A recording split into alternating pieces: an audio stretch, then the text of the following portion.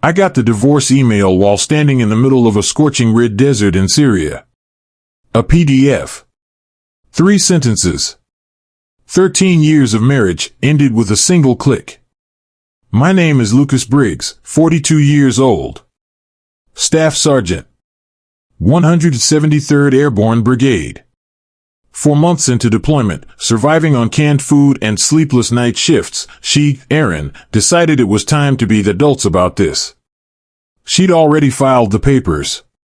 She'd already drained our accounts.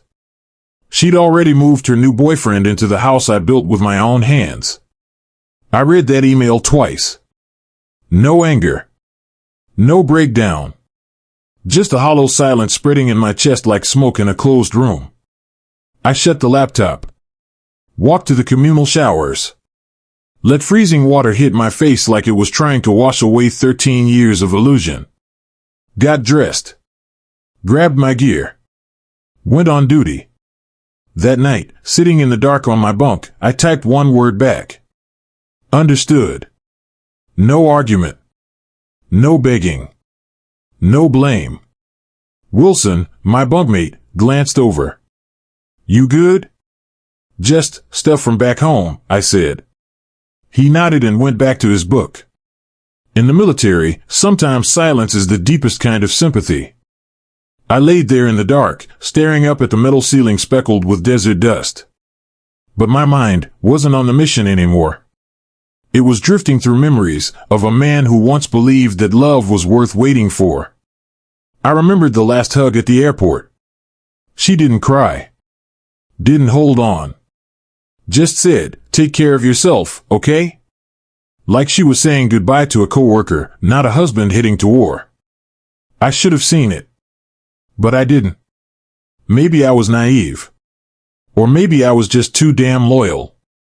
6 months before deployment, things had started shifting, quietly. She stopped asking if I'd eaten.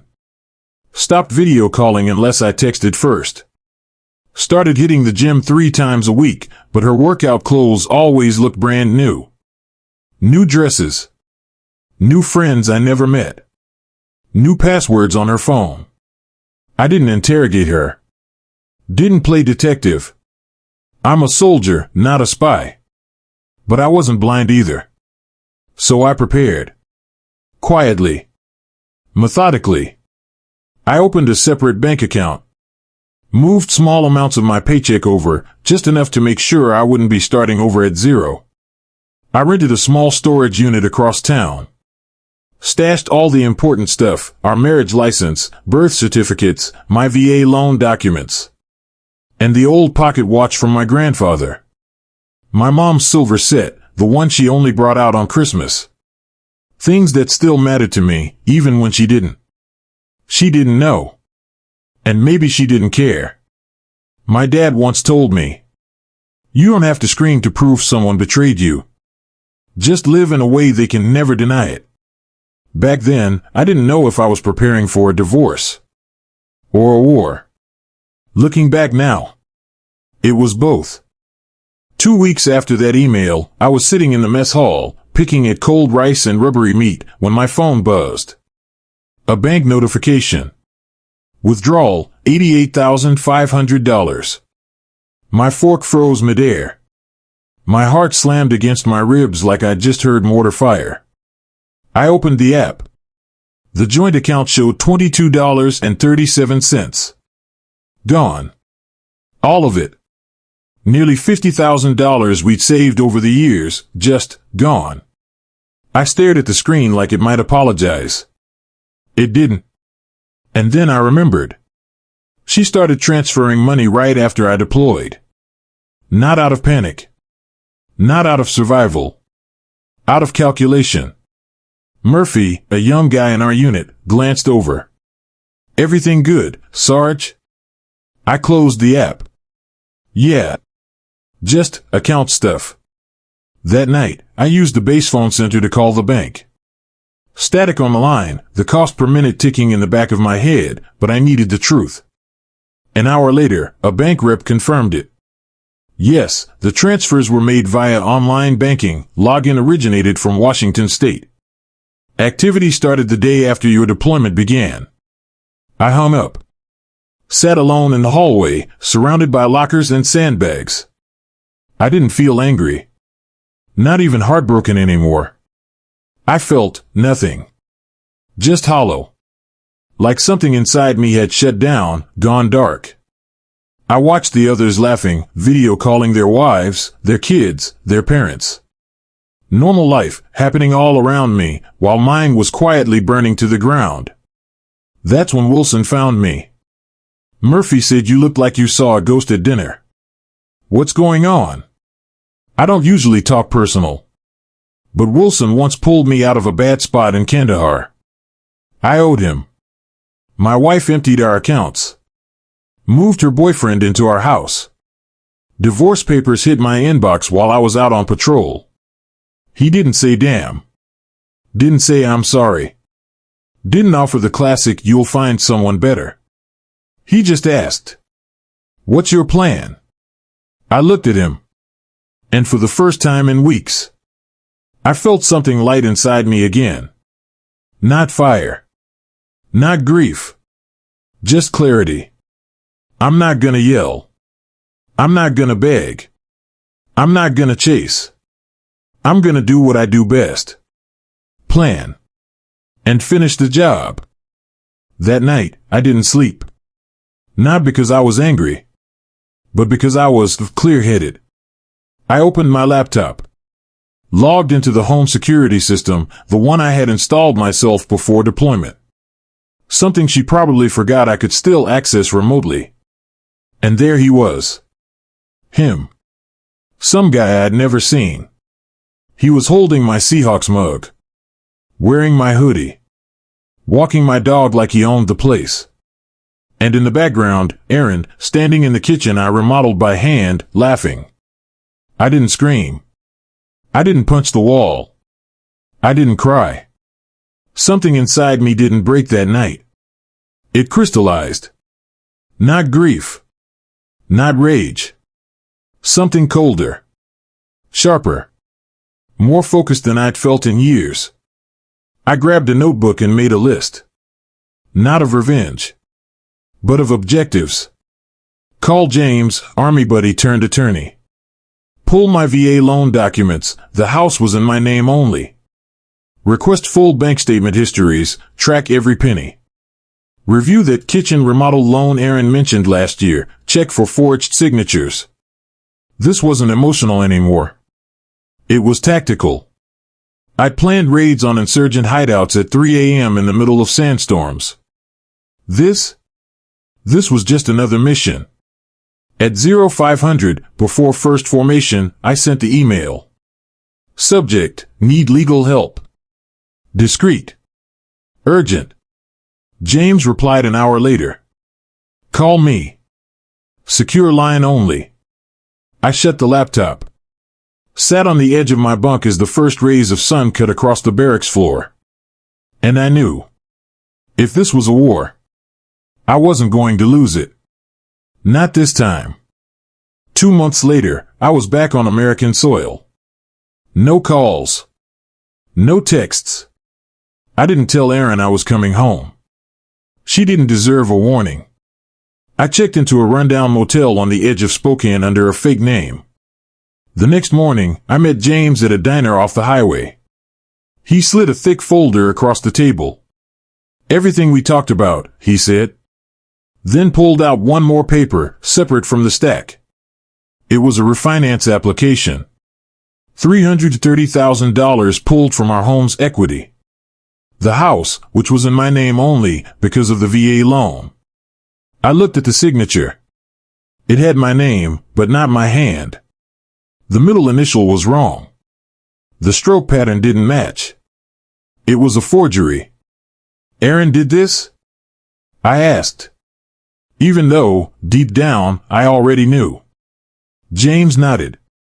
3 months ago. She couldn't do it legally, so she forged your signature. And Jeremy? James tapped the co-applicant line. Listed him here. Clear as day. Same guy who's been living in your house, walking your dog, drinking from your cup.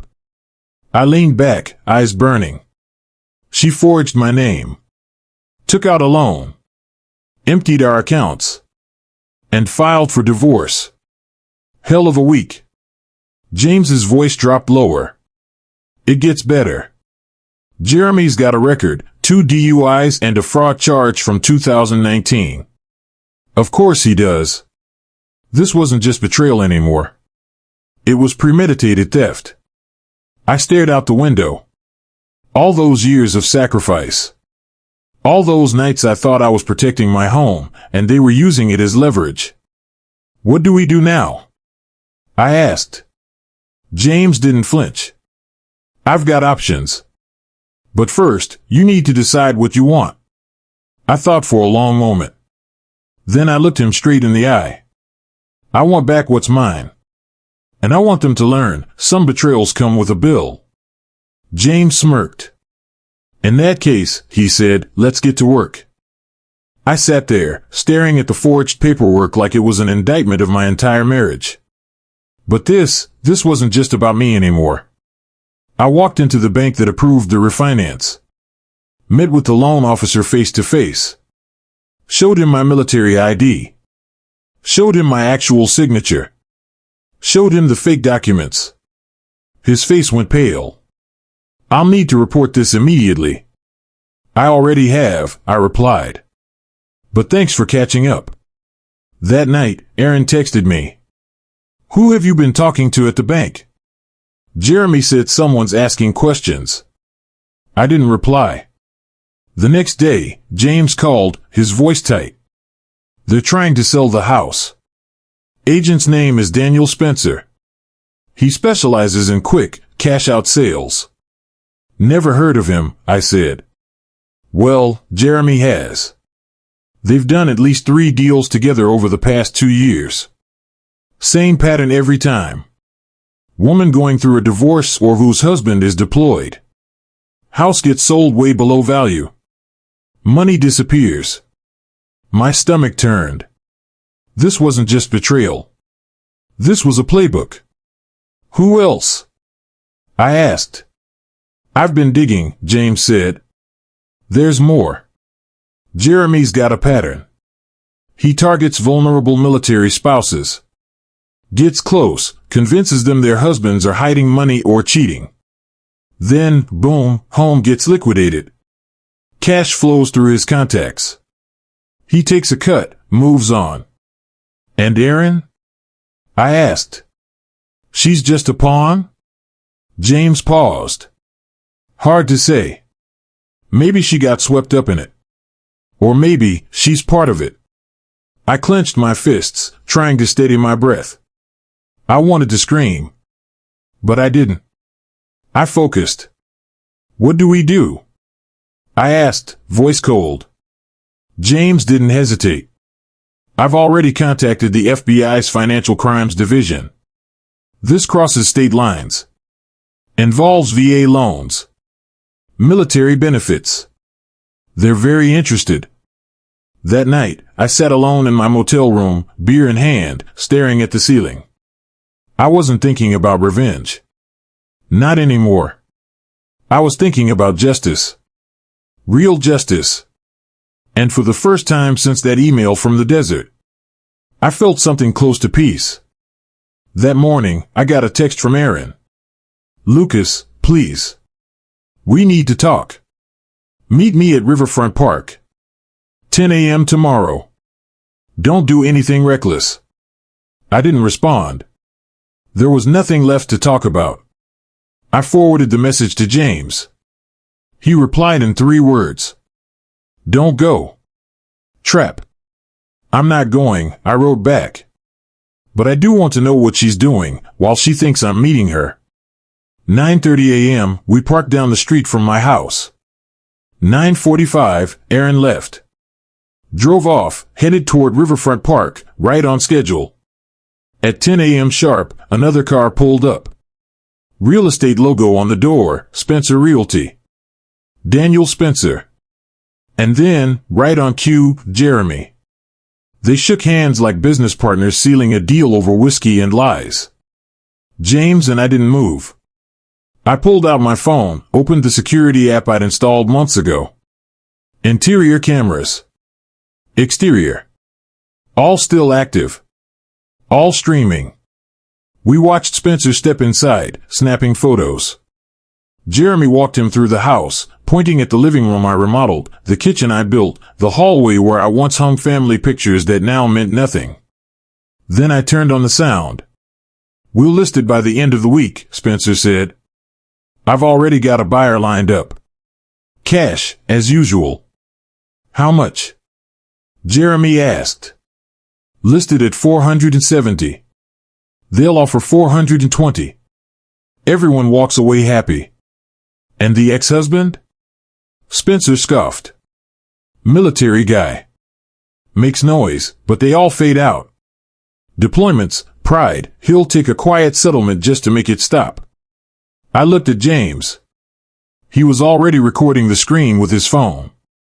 I forwarded the live stream to Agent Patel at the FBI. Subject line, "Happening now." 30 minutes later, the street went dead silent. No sirens. No shouting. Just 4 unmarked black SUVs rolling in slow and cold. James and I watched from the car. FBI agents swarmed the house. Jeremy and Spencer were cuffed and walked out, stunned. And then, another car pulled up. Erin. She stepped out, saw the chaos, froze in the middle of the street. She looked around like she was trying to find me. But I didn't step out. Didn't wave. Didn't even blink. Because I wasn't that man anymore. And this wasn't her house anymore. My phone rang. Agent Patel's voice came through, steady and sharp. "We got them on tape. Discussing fraud, wire transfers, and intent to sell property under false pretenses. We'll need a full statement from you." "Of course," I said. "I've been waiting for this day." I looked toward Erin.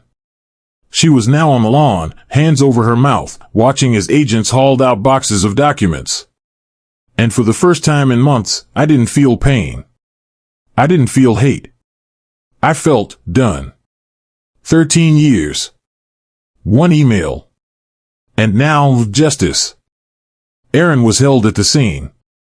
No cuffs. Not yet. They didn't have enough to arrest her, just enough to shake her world apart. But when she saw Jeremy being loaded into that black SUV, something broke in her. She stood frozen in the yard like she'd just woken up inside a nightmare of her own making. I didn't move. Didn't approach. Didn't give her the satisfaction of a reaction. Because I wasn't there for her anymore. Not to understand. Not to listen. Not to save her. That night, I met with Agents Patel and Donovan at the FBI field office. Fluorescent lights. Coffee that tasted like war rations. Papers stacked like quiet indictments. "We've confirmed Spencer and Jeremy were running a multi-state fraud operation," Patel said. "Targeting military families, exploiting VA loans. Your case ties the whole thing together." "And Erin?" I asked. The agents exchanged a look. "We're still determining her level of involvement," Donovan replied. "She claims she didn't know. Says Jeremy convinced her you were hiding money, cheating, that the refinance was his idea." I laughed. Not because it was funny. Because it was predictable. "She signed my name," I said. 13 years together, and she couldn't tell it was a forgery? Patel leaned forward. "We can charge her. Forgery. Financial fraud. Federal crimes." I nodded. Then took a long breath. "I'm not here to burn her life down," I said. "I want my house back. I want my name cleared. I want her to feel the weight of what she did, but not on a witness stand." Donovan raised an eyebrow. "You're asking us not to prosecute?" "I'm asking for a clean break," I said. "She signs everything over. No rights to the house, the pension, or future benefits. She puts it in writing. She owns what she did."